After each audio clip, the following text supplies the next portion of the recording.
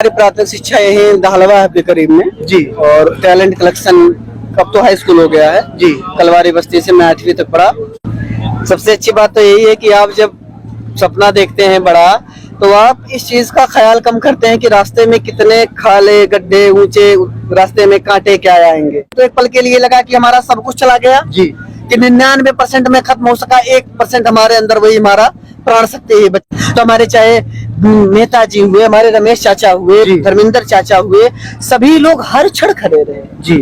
तो मैं समझ गया कि ये हमारी ताकत है। ये हमको जरूर 100 तो नहीं कर पाएंगे लेकिन हमको 99 जरूर करेंगे। नमस्कार, आप देख रहे हैं पूर्वांचल संदेश। मैं हूं शिव कुमार चौधरी। आपके बीच में लगातार हर छोटी बड़ी खबर को लेके आ रहे हैं, लेकिन आज हम ऐसी खबर को लेके आए हैं जो आपके छात्रों के लिए काफी महत्वपूर्ण है। आज हम बस्ती जिले के बहादुरपुर विकासखंड के अंतर्गत दोभाट गांव में मौजूद हैं, जहां पर बजरंग प्रसाद यादव जी हमारे साथ बैठे हुए हैं। इन्होंने अपनी कठिन परिश्रम के चलते और तमाम समस्याओं को झेलते हुए आईएएस की परीक्षा को पास किए हैं। आज ये पहली बार अपने गांव में पहुंचे हैं।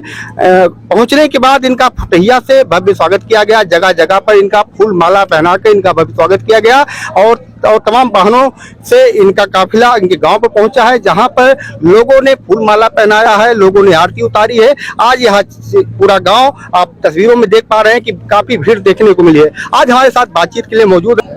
धन्यवाद। पहला सवाल आपसे है कि आप की प्राथमिक शिक्षा कहाँ से हुई? जी, हमारी प्राथमिक शिक्षा यही दाहलवा है के करीब में जी। और टैलेंट कलेक्शन अब तो हाई स्कूल हो गया है जी। कलवारी बस्ती से मैं 8वीं तक पढ़ा और हमारे सर जी भी बगल में ही हैं। हाँ, जरूर उनको दिखाएं। खास करके दोनों लोग हैं, प्रबंधक महोदय, प्रधानाचार्य महोदय जी। इसके बाद मैं आगे की पढ़ाई लिटिल फ्लावर हाई स्कूल 10वीं तक, फिर 12वीं उर्मिला एजुकेशनल एकेडमी बस्ती से किया। तो एक और सवाल आपसे है कि आपके पिताजी की हत्या होती है, बाबा जी की दुर्घटना होती है, ऐसे में आपने अपने हौसलों को कैसे बुलंद रखा ताकि बच्चे ऐसी घटना पाने के बाद उनका दिल टूट जाता है, तो आपने हौसला बढ़ाए रखा, कैसे रखा? ये बेहतरीन बात है कि आप, सबसे अच्छी बात तो यही है कि आप जब सपना देखते हैं बड़ा तो आप इस चीज का ख्याल कम करते हैं कि रास्ते में कितने खाले गड्ढे ऊंचे, रास्ते में कांटे क्या आएंगे। आपके सामने केवल वही लक्ष्य दिखता है, केवल ध्रुव तारा की तरह वही लक्ष्य आपका मार्गदर्शन करता है। और यह समस्याएं जो भी घटित हुई, आप सब जानते हैं, हमारे साथी जानते हैं, एक केवल उसमें हमको रोकने का प्रयास कर रही थी जी। मैं उसको इस तरीके से नहीं ले रहा था कि वो हमको खत्म कर रहे, वो मैं उसको जुनून की तरह ले रहा था क्योंकि सपना उनका था, परिश्रम मेरी थी, हमारी मेहनत में उनके खून की ताकत लगी थी, तो मैं कभी रुकने वाला नहीं था क्योंकि हमारा लक्ष्य पूरा स्पष्ट था कि मैं वहीं दम लूंगा जहां पर उनके नाम का झंडा फहरा सकूं। और इस बीच में हौसले, हमने अपने पिताजी को खोया तो हमारे लिए तो एक पल के लिए लगा कि हमारा सब कुछ चला गया जी, कि 99% में खत्म हो सका, 1% हमारे अंदर वही हमारा प्राण शक्ति बची जी। तो उस समय में वही भगवान, जैसे भगवान श्री कृष्ण गीता में मार्गदर्शन करते हैं कि आपका केवल एक मात्र काम है काम करना जी। वही निष्काम कर्मयोग आपका प्रदर्शक होता है और उस स्थिति में आपको जो खड़ा रखता है वो हमारे सभी जो साथी उपस्थित हैं हौसले से भरे हैं। यह उस समय हमको हर स्तर पे मजबूत करते हैं जी। उन्होंने इतना बना दिया था कि आप समझिए कि 1-2 घंटे नहीं बीते थे, 1-2 दिन के अंदर में हमारे पास कितने फोन, कितने समर्थन, 8, 10, 20 लाख रुपए ऐसे खड़े थे कि आप बेटा कभी जरूरत होगी बताना जी। तो हमारे चाहे नेताजी हुए, हमारे रमेश चाचा हुए, धर्मेंद्र चाचा हुए, सभी लोग हर क्षण खड़े रहे जी। तो मैं समझ गया कि ये हमारी ताकत है। ये हमको जरूर 100 तो नहीं कर पाएंगे लेकिन हमको 99 जरूर करेंगे। और आप समझिए कि हौसला बुलंद रखने के लिए तो 50 से 51 हो जाए यही बहुत है जी। नहीं तो देखने वाले के लिए 99 कम कहेगा, 100 तो नहीं हुआ जी। और बहुत लोगों के लिए तो 51 भी काफी है कि 50 से ज्यादा तो हो गया जी। तो आपकी सोच सकारात्मक हो और ये लोग हमेशा आपको जरूर मार्गदर्शित करते रहेंगे, जरूर आप सफल होंगे। कितनी भी विकट परिस्थितियां, वो बाधाएं कितनी पथ पे, जब लोग एकाकी परिवार की तरफ पढ़ रहे थे, ऐसे में आपका सहयोग परिवार अभी भी जिससे ज्यादा सपोर्ट मिला या? ये बड़ा बेहतरीन सवाल कि जो जॉइंट फैमिली होती है तो उसके पास में इतनी ताकत होती है कि वह उस स्थिति में आपको रोक सकती है जी। आपकी, हम तो बचपन से पढ़ते आते हैं कि अगर हम 10 लाठी को इकट्ठा कर दें तो एक मजबूती भी हो जाती है। और वो कोई विपत्ति, अगर कोई एक हमारे लिए तो लगा कि सब सिंहासन ही टूट गया, लेकिन ये लोग हमको हमेशा मानसिक तौर पे मजबूत करते हैं। और आप जब म्यूचुअली एक दूसरे को सपोर्ट करते हैं, मैं उनको काफी समझाता था हमारा दायित्व उस समय पिताजी के न रहने के बाद ये सबसे ज्यादा बढ़ गया था, लोगों को समझाना। जी। आपके पास क्योंकि वो लोग इतने मजबूत नहीं है जिनके लिए वही सब कुछ थे, तो हमारी बार बार जिम्मेदारी बढ़ती थी कि मेरी माता जी, मैं भी इस पूरी यात्रा में 2 ही 3 लोगों से बात भी किया कंटिन्यू, और किसी से नहीं हो पाया। हमारे काफी साथी फोन करते थे, बात नहीं हो पाया। उसमें मामा जी, मम्मी जी, इनके अलावा किसी से बात समझिए घर पे, और घर से लोगों से होता था, वो हमें हमेशा मानसिक तौर पे मजबूत करते थे। तो आप ज्वाइंट फैमिली, आपकी कितनी भी अड़चन आएगी तो आपको संभाल लेगी, तो ये तो बेहतर चीज है ही कि संयुक्त परिवार अच्छा है। अच्छा, जैसे लोग इंटरव्यू में जाते हैं, आपने कहा कि बहुत कठिन परीक्षा है, तो मन में डर भी रहता है, तो कौन सा सवाल आपका सबसे आसान रहा जो कि आपको उम्मीद भी नहीं थी कि हाँ ऐसे भी सवाल पूछे जाएंगे? यस, वहाँ इंटरव्यू में थोड़ा बताऊं तो वो अंतिम चरण है, उसके पहले आपको लगभग 11 पेपर पास करने जी। हैं। तो आप चूंकि 12-14 लाख फॉर्म बढ़े हैं, 8 लाख बैठ रहे हैं, 12-13 हजार पास हुए। सबसे कठिन जो परीक्षा है वो मेंस की है, जो 9 पेपर की होती है, 1750 नंबर। आपको हर 3 घंटे में 4-4 हजार शब्द लिखने हैं, और क्वेश्चन आप खुद नहीं जाने, तो वो मैं मानता हूँ कठिन है, क्योंकि वो 1750 नंबर की होती है। इंटरव्यू 275 नंबर का। ये है कि इंटरव्यू की, मैं आज IPS हूँ तो इंटरव्यू की वजह से हूँ। इंटरव्यू में उस लड़के में मैं समझाता था, काफी साथी हमारे नए हुए, और मैं तो बड़ा छोटा था, उनसे कहता था कि भले मुझसे सीनियर हो, लेकिन मैं बता रहा हूँ कि तुम नंबर इसमें तो नहीं पाओगे, क्योंकि मैं जान रहा हूँ वो लोग क्या चाह रहे हैं। तो ये बात आपको भी ज्यादा लग सकती है, लेकिन सुधारो। हमारा साथी एक SDM हुआ, कहता है कि तुम्हारे चलते मैं SDM हो गया, नहीं तो वो नहीं हुआ होता। मैं उसको रोज कहता था, निकला क्या नहीं। अगर कोई बच्चा गलत कर रहा है तो सीधा मुंह पे कहो कि तुम एकदम गलत कर रहे हो। देखो, सवाल कौन सा था जो ये सबसे आसान है? सवाल आसान आप अगर कहें तो वहां पर बड़े बेहतरीन लोग हैं। उम्मीद भी नहीं थी कि हाँ ऐसे भी सवाल पूछे जा सकते हैं इस परीक्षा में। यस यस यस, हम अगर कहें तो वो सवाल ऐसा नहीं पूछेंगे जो बहुत कठिन हो। जैसे गायों की समस्या जी। उत्तर प्रदेश में छुट्टा पशुओं की ज्यादा है, तो इस पर हालांकि उनका सवाल जो होते हैं कठिनाई तब बढ़ती है जब कंटिन्यूस क्वेश्चन होते जाते हैं। तो मेरे उस जवाब पे लगभग 10 बार क्रॉस क्वेश्चन, और वो लोग 65 साल प्लस होते हैं, सेक्रेटरी लेवल के ऑफिसर होते हैं और प्रोफेसर। तो वास्तव में कठिन सवाल नहीं पूछते, वो आपसे कहेंगे इस समस्या है, इसका बेहतरीन जवाब है कैसे दे रहा है। हल आपसे सीधा पूछेंगे इस सरकार गायों को इतना पैसा दे रही है, तो क्या लगता है ठीक है? आप अगर कलेक्टर हो क्या करोगे? बस वो पूछे, हाँ एक सवाल पूछे थे, आपको बताऊं, बहुत सारे क्वेश्चन थे, जैसे कोई मगनियार क्या है। तो ये अगर हम सोचे कि हमारे सिलेबस से नहीं जुड़ा है, तो इस सब चीजों के लोग जानते हैं, तो मैं उसका जिक्र नहीं कर रहा हूँ। एक सरल बताऊंगे तो कहे कि मसाला भारत में कब आया था। सबके घरों में मसाला यूज होता है, और जो कि मैं लिखा था, मैं खाना बनाता हूँ। अच्छा, आपकी मजबूरियां तय करती हैं कि आपकी आदतें क्या होंगी। मेरी आदत में था पौराणिक प्रवचन सुनना, लोगों को मोटिवेट करना, आला और बिरहा, ये सब अच्छी बातें सुनना, और था कि खाना ना बनाना, क्योंकि हमको जिंदा रहने के लिए इतनी चीजों की जरूरत थी। आपको हमेशा प्रेरित रहने के लिए ये सब अच्छी बातें सुनना जरूर। और मेरा कुछ, मैं 3-4 साल से गाना नहीं फिल्मी सुना हूँ, अभी 2-4 दिन से सुनने लगा। तो वो क्वेश्चन तो बोले कि मसाला कहाँ से आया, तो हम कहे सर मसाला तो भारत में बहुत दिन से है, केरल। अच्छा, मैं झूठ नहीं बोलता वहाँ। अच्छा, एक चीज झूठ ना बोले, 110 नंबर इंटरव्यू पाए हैं। मेरा one of the best number interview है, मैं 190 नंबर पाया। केवल हमारे 60 साथी 190 पाए हैं 1000 के रिजल्ट में। उतना नंबर देने का मतलब रहता है कि इसको केवल या DM या कप्तान ही बनाना और कुछ नहीं।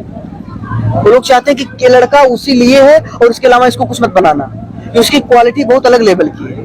ईमान तो हम कहे सर मुझे नहीं पता अभी। अगर वो कहते हैं कि गेस करो, तो कैसा बेटा गेस करो, हम कहे सर केरल से आया है, तो जान के क्या सही बताया। फिर अच्छा, लेकिन तुम बेटा आप थोड़ा गलत कर रहे हो, ये वास्तव में अंग्रेज ऐसे कुछ बताया कि वो लेके आए थे। हम कहें यस सर। पुर्तगाली, हाँ पुर्तगाली, पोर्टुगीज। तो वो ऐसे ही बड़े ही, मतलब आपकी वही चीजें जो संवेदनशील होकर ऐसे कह देंगे, आपके गांव की समस्या है बताओ। अब जिस लड़के को गांव से मतलब ही नहीं रहा, वो समस्या क्या बताएगा? तो आपके जिले की समस्या बताओ, क्या समाधान देंगे? अब कभी जिले को महसूस किया हो तब ना। हमारे पिताजी तो बहुत लड़ते थे, कितनी सारी समस्याओं को मैं निबंध लिखूं, वही समस्या लिख दिया हूं। तो वो है सबसे कठिन सवाल था, यस, जिसका आपको आंसर पता ही नहीं। नहीं, अगर मैं बताऊं, चूंकि वहां पर आपसे 25-30 मिनट इंटरव्यू होता है, तो मुझसे लगभग 40-42 क्वेश्चन थे। तो ऐसा भी हो सकता है कि आपसे तो बताना 2 ही 3 सवाल, मैं लगभग 30-35 में 32-33 का जवाब दिया था। मैं 1 ही 2 का जवाब नहीं दिया था, तो मेरा बड़ा बेहतरीन था। वो एक तो सवाल कौन सा था? वो मैं बताया मसाला वाला था, बड़ा नॉर्मल था। और एक था, अच्छा वो अगर गेस करने को कहे फिर मैं बता दिया था बाद में, और मुझे नहीं याद रहा। अच्छा, पूरा सवालों की लिस्ट मेरे यहाँ है तो मैं भेजा हूँ सब बच्चों को। जी, अगला सवाल जी। कि आपको मोटिवेशन कहाँ से मिलना कि मुझे आईएएस बनना है, पीसीएस बनना है, ये बनना है, कहाँ से मोटिवेशन मिला शुरू में आप पढ़ते थे?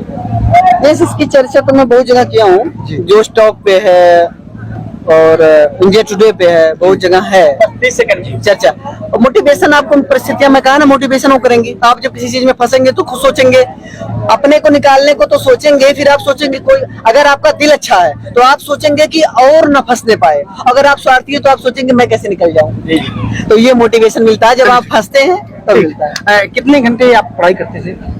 यस, अच्छा है पढ़ाई में कहा ना कि जितना आप संवेदनशील हैं, लोगों को बगल में समझ रहे हैं, वही पढ़ाई है। किताब की पढ़ाई बहुत कम पढ़ाई है। दरअसल लोगों के मन में एक सवाल होता है कि आईएएस बनने के लिए 50 घंटा कहा ना कि स्थितियां, मैं ऐसे कहूँ तो मैं कभी 6-7 घंटे ज्यादा पढ़ा ही नहीं जी। मैं पढ़ता कम था लेकिन सोचता ज्यादा था। कोई ऐसे विषय खुद उठाता था, 3-3 घंटे इसे सोचता रहता अकेले में। मेरा इतना, मैं कोशिश करता था, मेंटल कैलिबर बढ़ा लिया था कि मैं ही क्वेश्चन आंसर करता था कंटिन्यू 2-3 घंटे अपने आप में। ये रियल पढ़ाई, हाँ इसका जवाब ये और किताब तो आप बेहतर पढ़ेंगे ही तो पढ़ाई आप, अच्छा जब परीक्षा नजदीक आएगी तो खुद ही आप 15-16 घंटा क्रॉस कर जाएंगे। लेकिन वो महीने मैं 3-4 बजे सुबह तक पढ़ता था, लेकिन बहुत कम दिन ज्यादा। तो काहे बच्चों को कहूँ कितना ज्यादा पढ़ता था। एक भावना लोगों के बीच में है, क्योंकि जो इंटरमीडिएट परीक्षा पास किए थे, टापा अरविंद ने इंटरव्यू किया है जल्द ही, इनका कहना है कि आईएएस बनने में, पीसीएस बनने में बड़ा महंगाई है, कोचिंग में बड़ा फीस लगता है, क्या ऐसा कुछ है?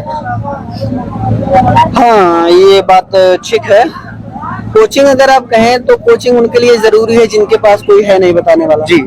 मेरे तो मैं कहा शुरू से लेकर अंत तक अपनी ही यात्रा रही, खुद ही समझ रही। तो कोचिंग में लिया था तो कोचिंग में बड़ी परेशानी थी। 1,25,000 ही देना था। हमारे पापा पूरा गेहूं बेच दिए थे जी। 40-50 हजार हुआ था जी। धर्मेंद्र चाचा 50,000 दिए। ऐसे लोग सपोर्ट किए जी। उस समय तुरंत ऐसे, तो वो आप तब जरूरी पड़ेगी। अब ऑनलाइन हो गया है, मैं समझता हूँ ऑनलाइन अब हर चीज अवेलेबल है। आप फ्री में 10-15 हजार में कोर्स पा जाएंगे पूरा। और सबसे ज्यादा केवल सरकारी किताब पढ़ें। सबसे ज्यादा जो महत्वपूर्ण था वो वही मोटिवेशन जी। कोई हो बताने वाला। जी। तो वो अब हमारे साथी न केवल कम पैसे में पढ़ सकते हैं, दूर से पढ़ सकते हैं। आप बस्ती जाइए, रूम लीजिए, एक लैपटॉप खरीदिए, पढ़िए। अब तो सरकारी लैपटॉप भी फ्री बांट रही है। तो अब मैं समझता हूँ पैसा वाला चीज काफी कम हो गया। हाँ चुनौती थोड़ा पहले थी, लेकिन कोविड के बाद में कम। अच्छा, एक सवाल और आते हैं कि लोग कहते हैं कि हमारा बच्चा इंग्लिश मीडियम में पढ़ा है और हिंदी मीडियम पढ़ा है, तो इसमें कोई इंग्लिश और हिंदी मीडियम का कोई अंतर नहीं होता है? गजब। अब मैं तो आपके सामने हिंदी मीडियम से हूँ शुरू से लेके, और हालांकि बीएससी ये अक्सर आता है, चूंकि गांव के मामले में। बेहतरीन। ये क्वेश्चन इसलिए आ रहा है क्यों, हमारे जो 600-700 साथी सिलेक्ट होते हैं जी, मुश्किल से 20-30 हिंदी से होते हैं जी। और हिंदी की आबादी 70% लोग हिंदी जानते। तो ये तो है कि कभी कभी आपको लगेगा कि असंभव है जी, लेकिन वो वास्तव में संभव है नहीं। मीडियम को लेकर समस्या, लेकिन अब हमारा प्रयास जो यूपीएससी है वो कर रही है कि मीडियम को लेकर दिक्कत ना हो। हमारा इतना बेहतरीन नंबर है कि इंग्लिश वालों को नंबर नहीं होता ना जी। तो इन मीडियम अब बाधा नहीं है। कहीं पढ़े, किसी जगह पढ़े। मैं तो टैलेंट दालावा पे 40,000 रुपए में पढ़ा था जी। कितना ज्यादा फीस थी जी। आज तो 2-3 हजार फीस है स्कूलों की जी। और यही सब लोग पढ़ाए थे। तो वो बाधा नहीं है। आज पहली बार आप आए अपने गांव में, लगभग 4 साल का वक्त गुजरा। आपको कैसे लगा? जगह जगह पे स्वागत किया गया, जगह जगह पे लोग खड़े थे देखने के लिए, एक झलक पाने के लिए, यहाँ तक कि आपसे फोटो सेल्फी लेने के लिए लोग परेशान थे। हम लोग भी फोटो नहीं ले पाए आपका। हमारी झलक पाने का उनका मुख्य उद्देश्य तो नहीं था जी। वो इतना खुशी थे, इतने आह्लादित थे जी। कि उनको बहुत एक सपना वास्तविक होता दिख रहा था हमारे लोगों को। तो वो यही देखना चाह रहे थे कि उसका मुंह दिखे ना दिखे, बस देख जाऊं, क्योंकि वो काफिला उनका था, वो लोग वही थे, वो सपना उनका था, वो पूर्ति उनकी थी, तो सब कुछ उनकी थी। केवल उस परिणत होते हुए उनकी वो खुशी व्यक्त कर रहे थे। और हमारे लोग अपने लोगों के बीच में खुशी का तो आप बात पूछ ही नहीं सकते कितनी ज्यादा होती है। तो ये जो आपकी सफलता है, इसमें किसका किसका हाथ है, किसका किसका श्रेय? सभी का रोल है।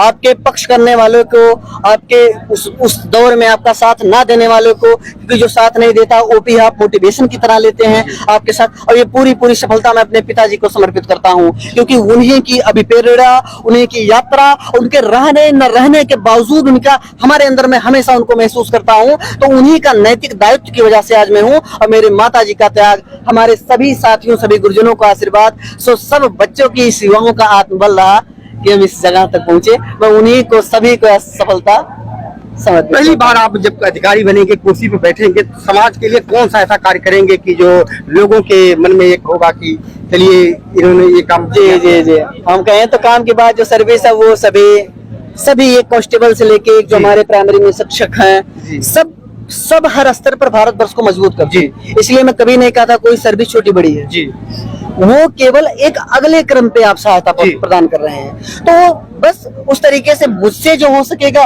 कि मैं एक आईपीएस के रूप में जो हमारी पोस्टिंग होगी, मेरा प्रयास रहेगा कि ऐसे जो हमारे साहब लोग हैं कि मैं कितना ज्यादा हर एक पुलिसकर्मी को, हर एक लोगों के बीच की जो दूरी है, जी। अभी आए थे इंस्पेक्टर साहब बात हो रही तो कह रहे थे कि हाँ हम प्रयास हम लोग कर ही रहे हैं कि दूरी को खत्म किया जाए, जी। कि लोग ये ना समझे कि पुलिस आपकी रक्षा करने के लिए है। जी कहीं कुछ कमजोरियां हैं तो उसको लड़ने का तरीका है कि आप संगठन बनाए रहे। अच्छा, वास्तव में होता क्या है दिक्कत, ये तो बात साधारण बात है। इसलिए मैं कह रहा हूँ कि अगर किसी के साथ आपको लग रहा है कि इस पक्ष की सुनवाई नहीं हो रही है किसी मामले में, तो आप संगठन बनाएं, क्योंकि उस मामले में जब सुनवाई नहीं होती है किसी कारण से तो लोग साथ नहीं देते हैं। अगर आप समूह बना के किसी डबाड़ गांव के लोग अभी जा करके खड़ा हो जाएं तो इंस्पेक्टर मजबूर हो जाएगा, उसको लगेगा कि हाँ बात सही है। तो आपकी संगठन, तो इसलिए संगठन सबसे बड़ा जरूरी है। तो हमारा प्रयास यही रहेगा तो दूरी को खत्म करूं, लोगों तक जुड़ सकूं, महसूस करा सकूं कि एक आईपीएस नहीं, एक पुलिस नहीं, एक सब अधिकारी आपके अपने लोग हैं। कभी फोन करिएगा, जरूर उस जिले में मुलाकात होगी, जा रहूंगा। तो हमारे चैनल को समय देने के लिए आपको बहुत बहुत धन्यवाद। निश्चित तौर पे हम ऐसी खबरों को, मोटिवेशन खबरों को आपके बीच में लगातार लेके आ रहे हैं। इसलिए लेके आ रहे हैं कि जो हमारे अभिभावक इस माझा क्षेत्र में, द्वाबा क्षेत्र में निवास करते हैं, उन्हें जानकारी मिल सके और बच्चे आगे बढ़ सकते हैं। एक अभिभावक अगर निश्चित तौर पे मेहनत करे, अपने बच्चों को सही गाइडलाइन दे, तो निश्चित तौर पे बच्चा आगे बढ़ेगा और आपकी उम्मीदों पर खरा उतरेगा। जैसा बजरंग प्रसाद यादव जी ने करके दिखाया है, इस क्षेत्र के लिए इन्होंने एक मिसाल पेश किया है। इस मिसाल की अब लोग अपने बच्चों को एक मिसाल के रूप में प्रस्तुत करेंगे और दिखाएंगे। आज हम बात करेंगे इनके जो प्राथमिक शिक्षक थे और नरसिंह यादव जी हमारे साथ मौजूद है। आपका जो शिष्य है आज जो है एक अधिकारी के रूप में आपके बीच में मौजूद है, क्या कहेंगे, आपको कैसी खुशी महसूस हो रही है? बहुत अच्छा लग रहा है, बड़ी खुशी है, अपार हर्ष है। और जैसा कि देख रहे हैं पूरा जनमानस एकत्रित है, फुटहिया से लेकर के और यहाँ तक काफी भीड़ रही। सारे ग्रामवासी और सारे लोग और हमारे क्षेत्र के ही एक और होनहार जो है और विधायक के रूप में बस्ती सदर में जो मौके पे है आदरणीय महेंद्र नाथ यादव जी, उनकी भी उपस्थिति रही। वो भी कहीं न कहीं एक प्रेरणा के स्रोत है इस क्षेत्र के लिए। और फिर मेरा अपना विद्यालय जिससे आपकी भी सहानुभूति बनी रहती है और बच्चा वहाँ से निकला है, इसका भी अपना कहीं कहीं लोग बता रहे हैं। मुझे क्या कहना है कि उसका भी अपना एक योगदान है, कंट्रीब्यूशन है छोटा सा। जैसा कि बजरंग प्रसाद ने कहा अभी कि बहुत सारी चीजें मिल करके तो कोई एक चीज तैयार करते हैं। जैसे एक फावड़ा को कह दीजिए इसमें किसका योगदान है, तो जनरल लोग कह देंगे कि इसमें सिर्फ लकड़ी और थोड़ा सा ये लोहा लगा है, लेकिन और लोग सोचेंगे लकड़ी कहाँ से आया, उसको कुछ लोगों ने काटा है। जिसको काटा है वो पेड़ किसने लगाया, उसको पानी किसने दिया, आयरन कहाँ से आया, खादान से आया। यानी बहुत सारी चीजों को मिला करके एक जो यूनिट टू यूनिट मिल करके एक ऑर्गेनाइजेशन होता है। और जब इस तरह से होता है कोई अच्छी चीज निकल के आती है। कि देखिए जो विधायक हैं बस्ती सदर के महेंद्र यादव जी, उनके भाई साहब हैं। आपका स्वागत है कि आपके क्षेत्र में लगातार प्रतिभाएं आगे बढ़ रही है। जैसा कि बजरंग प्रसाद यादव जी आपके साथ मौजूद हैं, आप स्वागत में जो है पुटैया से लेके यहाँ तक है, आप कैसा महसूस करते हैं और यहाँ के लोगों को क्या संदेश देंगे? अब ये महसूस तो ऐसा है कि इसको आप व्यक्त नहीं कर सकते कि अगर हमारे माझा क्षेत्र में अगर हम लोग बस्ती जिले में कहीं जाते हैं, बताते हैं जी, तो लोग कहते हैं कि माझा का आदमी बालू किनारे का आदमी। तो हमारे क्षेत्र में लोग अभी तक नौकरी के रूप में जानते थे कि दौड़ निकाल लो सिपाही हो जाओ, जी, कम मेहनत जी और कम पैसे में, या ज्यादा थोड़ा सा और पढ़ लिए तो बीएड बीटीसी करके मास्टर हो जाओ। लेकिन इन्होंने एक ऐसा एग्जाम्पल सेट किया है कि हम लोग भी सीना ठोक के कह सकते हैं कि कम संसाधन में और कितने भी विकट परिस्थिति हो बच्चा आईएएस आईपीएस बन सकता है। ये ऐसा एग्जाम्पल इन्होंने प्रस्तुत कर दिया है जिसकी कितनी भी तारीफ की जाए कम है। तो माझा क्षेत्र से आपके आचार्य रामचंद्र से जिनको पढ़ के लोग आईएएस बन रहे हैं जी, तो हम माझा क्षेत्र को इतना पीछे क्यों? माझा क्षेत्र को हम नहीं पीछे समझते, सोच है जो पीछे समझते हैं लोग। उसी सोच को ये मानकर कि हम पीछे नहीं हैं, उसी का एग्जाम्पल उन्होंने प्रस्तुत किया कि हम पीछे नहीं, हम आगे जा सकते हैं। जितना कहना था उन्होंने काफी कुछ कह दिया कि आचार्य रामचंद्र शुक्ल हमारे एग्जाम्पल है, पूरा विश्व उनको जानता है। लेकिन कभी अगर हम कहते थे, यही जो आपने कहा, हमें ये बताना पड़ता था कि हम आचार्य रामचंद्र शुक्ल की धरती के हैं, हम वही गाँव के हैं, तब लोग जानते थे कि हाँ कौन है। नहीं तो दुबाट, माझा, कलवारी ये बताने पे यही लगता था कि ये माझा है। दरअसल सर, आप इस ऐसी धरती पे जो आचार्य रामचंद्र शुक्ल की धरती है, आप BCS IAS और IPS बन रहे हैं, तो आप आचार्य रामचंद्र शुक्ल के लिए इस धरती से क्या करना चाहिए? बेहतर, बड़ा गजब लाइनें लिखे थे। अच्छा, मैं उनका योगदान बताऊं। आचार्य रामचंद्र शुक्ल की सबसे मूर्धन्य विद्वान, आलोचक, समालोचक थे ही। सबसे खूबसूरत बात है कि मैं परीक्षा हिंदी साहित्य विषय से निकाला हूँ, तो यानी कि वो हिंदी के विद्वान में उन्हीं की, समझिए कि उन्हीं के आशीर्वाद से, उन्हीं की माटी को, वो उसी माटी की खुशबू का परिणाम है कि आज मैं महका हूँ, क्योंकि हिंदी साहित्य मेरा वैकल्पिक विषय रहा, 500 नंबर का होता है। और बड़ा गजब लाइन लिखते थे। उनके चिंतामणि जो है इरमंद वृक्ष के बारे में लिखते थे कि वृक्ष की काया न है तुम्हारा द्रुम। ये वास्तव में कहते थे कि जो वृक्ष है वो छाया सबको दे रहा है, और उसके, अच्छा वो कब सोचे थे, ये कुत्ता था बैठा हुआ था वृक्ष के नीचे, छाया ले रहा था, तो एक आदमी गुजरा, डंडा मार के भगा दिया। तो आचार्य रामचंद्र शुक्ल उसी संवेद में लिख रहे थे कि वृक्ष तो नहीं भगा रहा है, छाया तो वो दे रहा है। अब वो नहीं पहचान रहा है कि दीमक बैठ रहा है, कुत्ता बैठ रहा है, जानवर बैठ रहा है, मनुष्य बैठ रहा है, ये भेदभाव वृक्ष नहीं कर रहा है। तो मनुष्य तुम कितने यहाँ हम कहें कि आत्म स्वाभिमानी हो गए हो कि अपने आप ऊपर अहंकार इतना ज्यादा, दूसरे को समझ नहीं रहे हो। तो वह शिक्षाएं समावेशन की शिक्षा देती हैं, और यह शिक्षा वह आचार्य रामचंद्र शुक्ल की शिक्षा के रूप में आशीर्वाद हमको और आगे तक ले जाएगा।